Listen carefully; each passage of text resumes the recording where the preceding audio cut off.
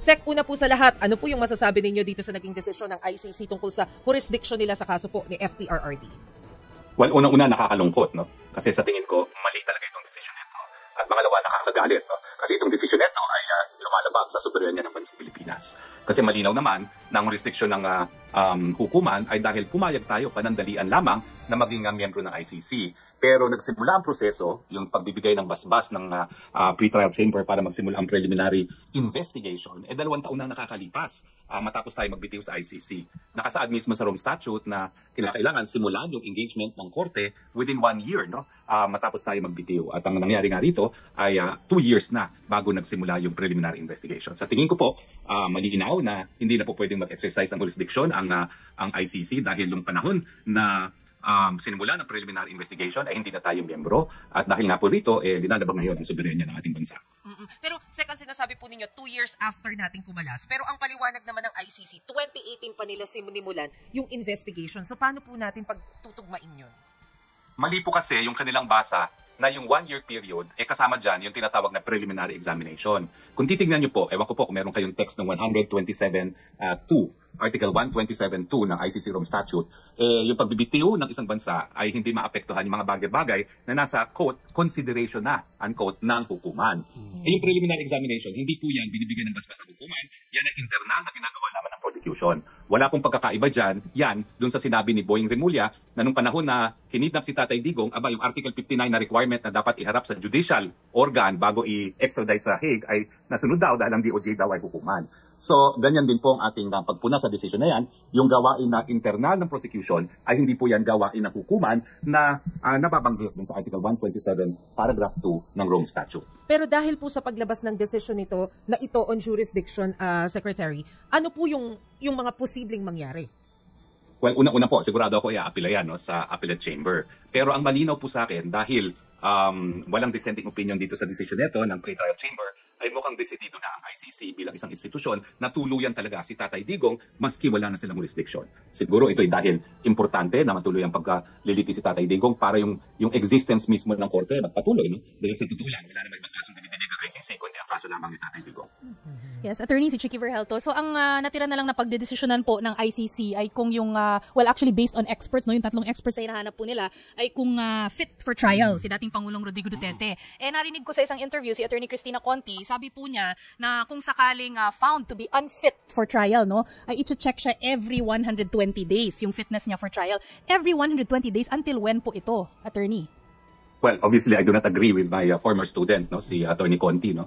Kapag nagkaroon ng desisyon na unfit, tingin ko yan ay magiging permanente. Kasi yung pagiging unfit dahil ikaw ay limot-limot, ay hindi naman po nagagamot na yan. No? It can only worsen rather than improve. So sa tingin ko, pag merong declaration na unfit, tuluyan na po yan. Ang problema po, maski merong definition of unfit, ang issue is, pwede bang permanently ma-dismiss ang kaso, no? Kasi nakasaad naman sa Rome Statute, pwede lang ma-dismiss yan kung yung unfitness ay nangyari at the commission of the crime. Pero sa tingin ko, wala pong balakid para magkaroon ng outright dismissal dahil nakasaad din sa Rome Statute na pwede naman sila magdesisyon consistent with human rights law and in the interest of justice. Siyempre, kung unfit to stand trial, bakit mo palilitisin? Dapat ma-dismiss na permanently ang kaso. Grabe na po ang delay dito sa process na ito, Attorney, no? And probably taking its toll on dating Pangulong Rodrigo Duterte. Kayo po ba, sa tingin po ninyo, ay baka mas okay na lang na just get on with it na lang? Total, si dating Pangulo sabi niya, talaga namang haharapin niya ito Well, ang aking concern po dyan, napakatagal po talaga na paglilitis dito sa ICC. Umaabot po yan ng 10 taon. 80 anyos na po si Tatay Digong. So realistically, alam naman natin ang law of nature. No? So importante na sa dalang mabilis sa panahon ay ma-dismiss yan. Kaya ako, ang binibigyan ko ng halaga ngayon, yung appeal dito sa desisyon na binabasura nga yung ating motion to dismiss on the basis of lack of jurisdiction. Pero dahil may apela pa, pwede pang mag-appeal, Secretary, ano yung ibig sabihin, hindi pa siya pwedeng mag-push through? We have to wait for the decision for the appeal. Ganun po ba yun?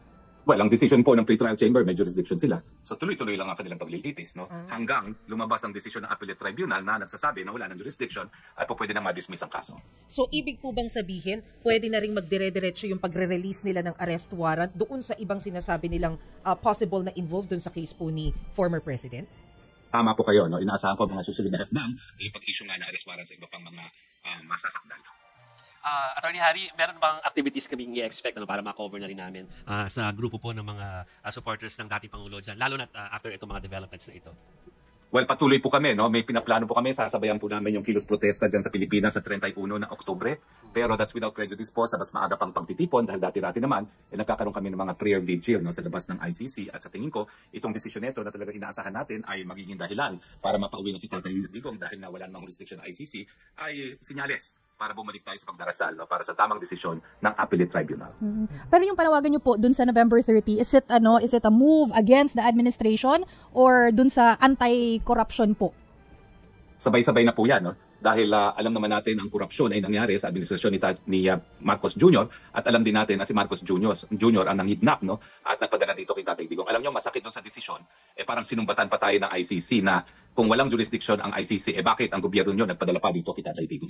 Yan pong napakalaking kasalanan ng Marcos administration. Dahil kung di nila kinidnap si Tatay Digong papunta rito sa ICC, posibleng nagkaroon pa ng pag-asa even during the pre-trial chamber yung motion to dismiss, no? Dahil nung unang dininig ito ng ICC, nung ang issue ay dapat pa magtuloy ang preliminary investigation sa Appellate Tribunal, no? 2 sa 5 judges ang nagsabi na wala kang jurisdiction ang hukuman. Pero dahil sa ginawa ni Marcos, mukhang naging unanimous yung mga maestrado na dahil voluntaryong kinidnap at sinurrender ng Marcos administration si Tatay Digong, itinakilala ng Pilipinas ang jurisdiction ng ICC.